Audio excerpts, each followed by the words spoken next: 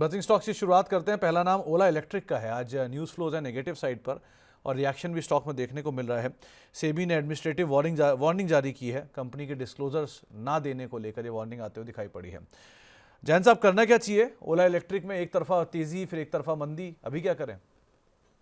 देखिए, जब ओला में तेजी भी आ रही थी मैं तब भी रिकमेंड कर रहा था। पहले मंदी आ रही थी तब भी, फिर तेजी आई तब भी, अब जब वापस मंदी आ रही है तब भी मैं रिकमेंड कर रहा हूँ। इस स्टॉक से जितना दूर हो सकते हैं उतना दूर रहिए। ये अगला एडीएजी वेल्थ डिस्ट्रॉयर प्रूव होगा।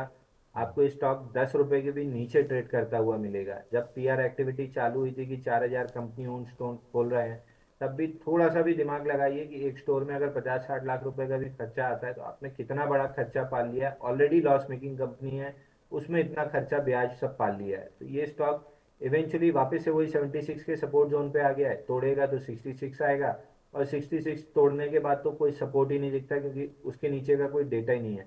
ये कहीं भी 8-10 रुपए आगे ट्रेड करता हुआ दिखेगा। जो जितना जल्दी जहां भी स्टॉक में अपना लॉस बुक कर लेगा वो अपनी कैपिटल प्रोटेक्ट कर लेगा। ये स्टॉक धीरे धीरे करके सिंगल डिजिट में आके ट्रेड करता हुआ आपको दिखेगा। तो एग्जिट करने की राय आपको? हर तेजी, हर उछाल में आप निकले हो ज़्यादा बेटर है। बिरला सॉफ्ट, रुपिंदर सिंह ने सीईओ अमेरिका के पद से इस्तीफा दिया है और 7 फरवरी से ही ये इस्तीफा इनका लागू हुआ है। वैसे भी ये स्टॉक एक और ऐसा स्टॉक है जो एक तरफा तेजी दिखा चुका है, लेकिन अब थोड़ा सा कूल ऑफ हो रहा है। करना क्या चाहिए इसमें जैन साहब?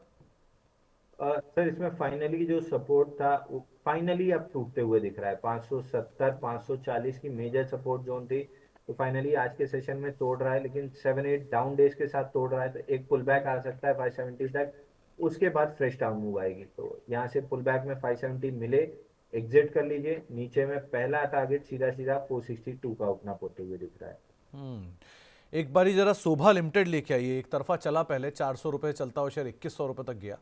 फिर वहाँ से अब थोड़ी सी बिकवाली इसमें आ जाइए। Q3 सेल्स के जो नंबर्स हैं उसमें करीब 28% के आसपास की गिरावट देखने को मिली है। 1250 करोड़ रुपए के आसपास की सेल्स इस क्वार्टर में कंपनी ने मेंशन की है। रियलाइजेशन हालांकि बड़ा है, लेकिन कुल बिक्री है उसमें एक बड़ा हिस्सा एक प्रेशर साइड पर इनको दिखाई पड़ रहा है। करना क्या चाहिए इनमें जैन साहब? और यली वीवैप के नीचे फाइनली तोड़ के सस्टेन कर रहा है। इसने लगभग 15 हफ्ते यली वीवैप को प्रोटेक्ट करने की कोशिश की और फाइनली इस हफ्ते में गिव अप कर रहा है। तो अब यहाँ पे जिसने भी बॉटम फिशिंग करने की कोशिश की है, अब उनके भी स्टॉप लॉसेस ट्रिगर होना स्टार्ट हो रहे हैं। तो ये स्नोबॉल इफेक्ट हो सकता है। नीचे में जो मेजर सपोर्ट है काउंटर का वो 940 रुपए के आसपास है। तो अगर 2-3 दिन में या इस वीक एंड तक ये स्टॉक वापस से अपना 1550 का लेवल रिक्लेम नहीं करता है, जिसकी उम्मीद काफी कम है, तो ये स्टॉक धीरे धीरे करके 940 रुपए तक नीचे आ जाएगा। तो बेटर है कि एग्जिट कर लीजिए, या वीकेंड तक अगर फ्राइडे तक देख भी रहे हैं तो अगर 1550 के ऊपर क्लोज नहीं किया तो एग्जिट क्लियरली कर लेना चाहिए। स्टॉक में स्ट्रक्चरल ब्रेकडाउन आ रहा है। एग्जीकॉम, ये एक कंपनी और है जिसमें एक न्यूज़ फ्लो आई है और न्यूज़ फ्लो उसके बाद उछाल है। मूफिन ग्रीन इंफ्रा के साथ कंपनी ने एक पार्टनरशिप की है और उस पार्टनरशिप के बाद स्टॉक में एक अच्छी तेजी देखने को मिल रही है ईवी चार्जिंग इंफ्रास्ट्रक्चर को लेकर। अगर आप ट्रैक कर पा रहे हैं जैन साहब, एग्जीकॉम टेली, करना क्या चाहिए इसमें?